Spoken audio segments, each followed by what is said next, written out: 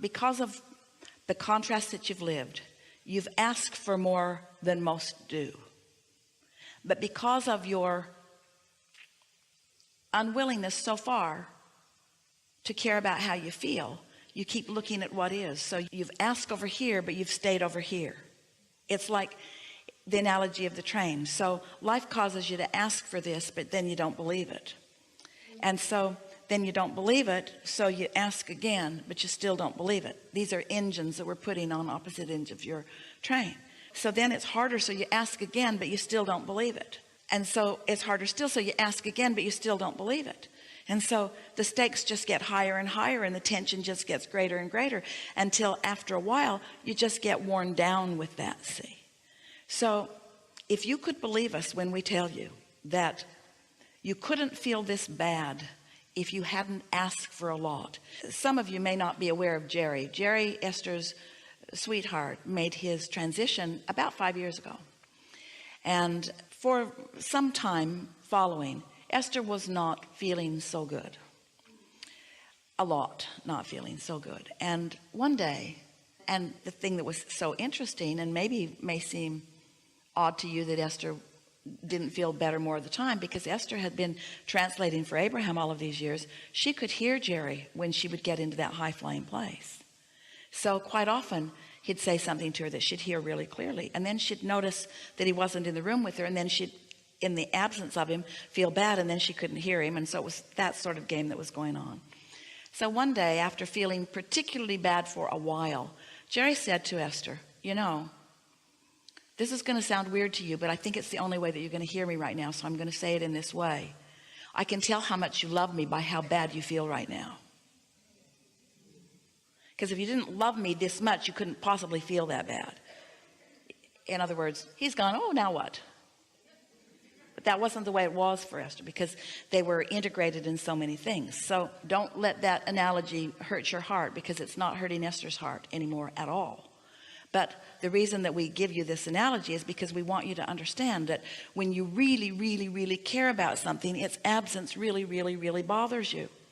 If you have a small desire and it's not coming, you have a small negative emotion. But if you have a big desire and it's not coming, you have a big negative emotion.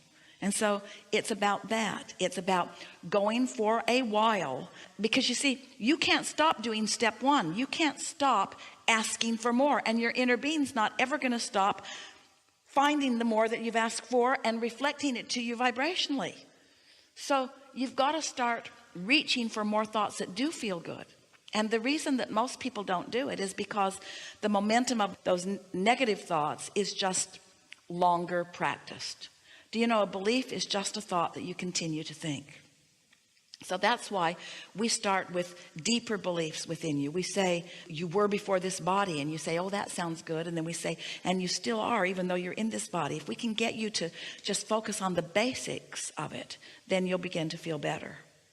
So it's not a bad sign when you feel bad. It's a good sign when you feel bad, because it means you've asked for something that you can have. Okay. So I understand when you say that our desires like shoot the rocket, and then it goes into the vortex, and now it's becoming bigger and bigger. So I have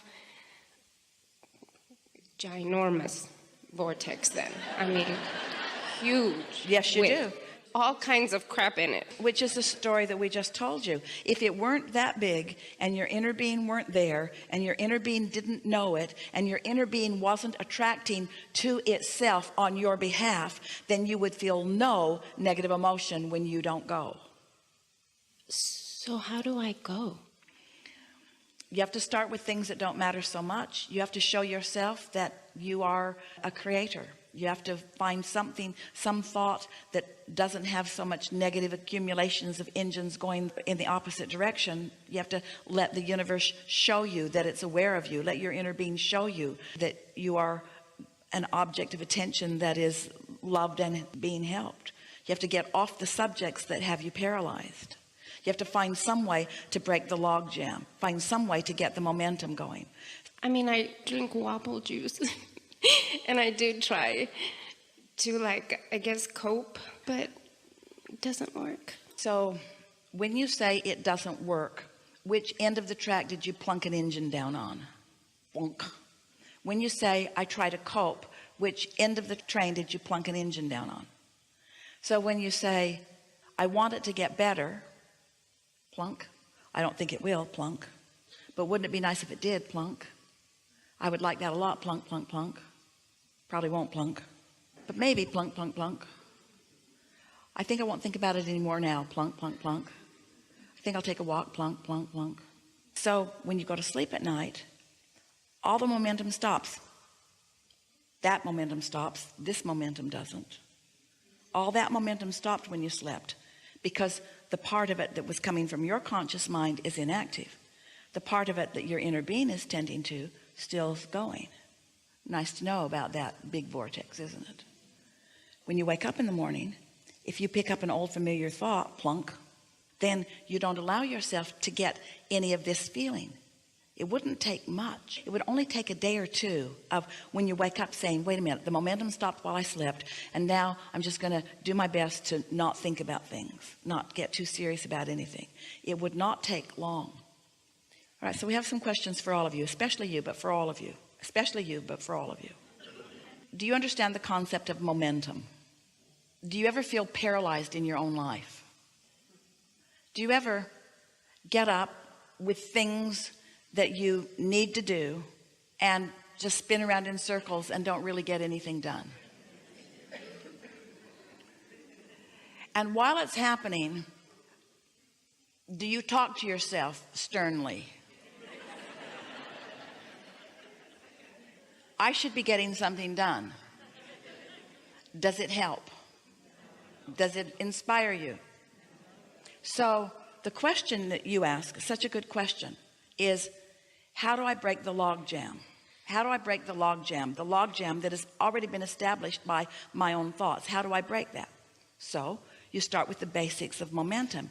You start with some thought that doesn't have much resistance attached to it already, and you just concentrate on that thought, because a thought that is not contradicted will gather its own momentum. We want to demonstrate that with our train. You think your thought about anything, you choose one, plunk. Only think about that, plunk. Just focus on it. Don't take your eyes off of it. Whatever it is, just focus on it. Maybe it's money, maybe it's a lover, maybe it's sex, maybe it's eating something. Doesn't matter what it is, just focus on it. Just focus on it. Don't let your mind move away from it. Just focus on it.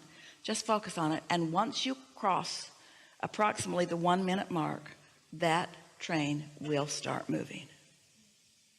It will. But you usually don't let it get 16 seconds. You usually think about it, plunk.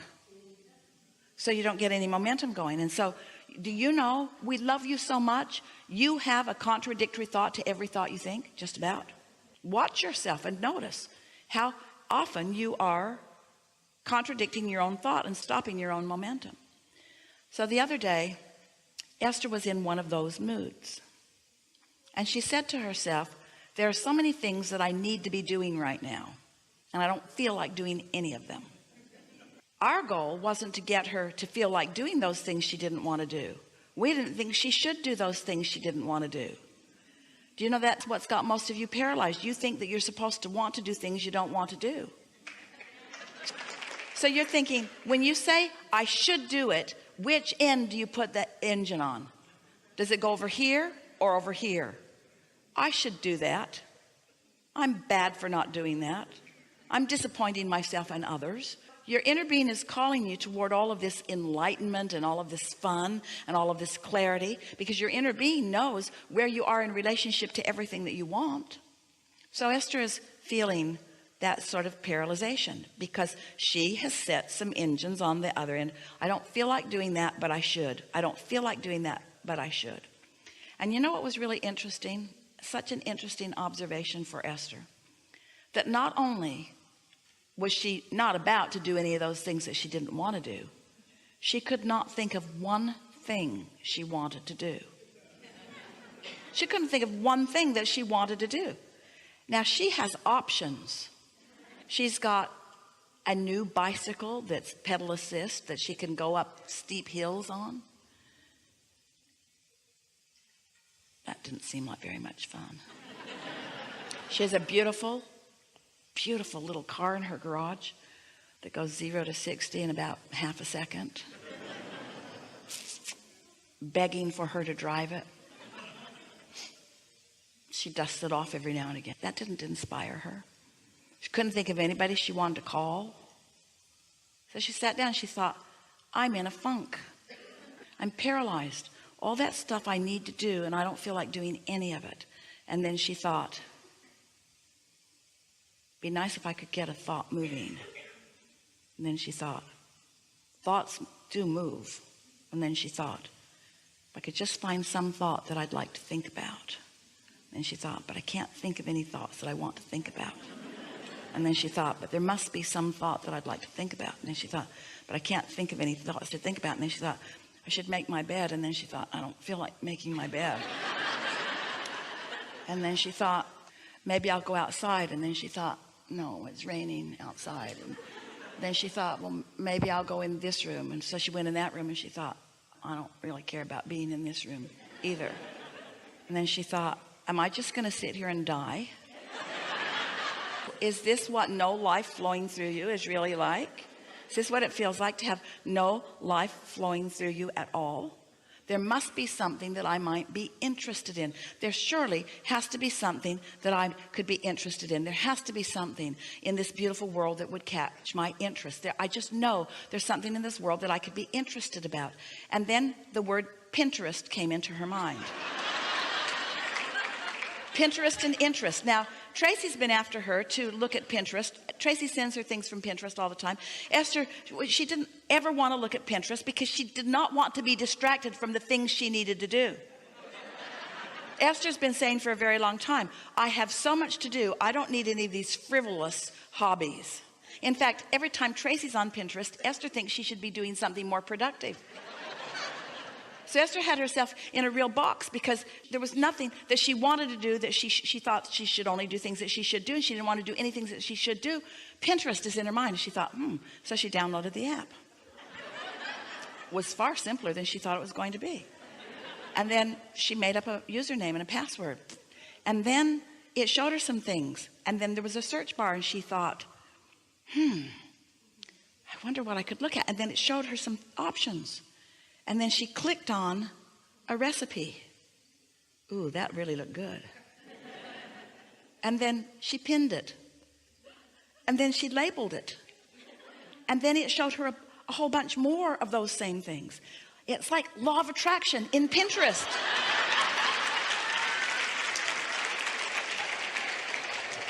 And then Esther thought, anything that I could want to think about it. And then she thought, ooh, I'm looking for some art for my Spencer house. So she looked up art, Renaissance, and all this stuff came up.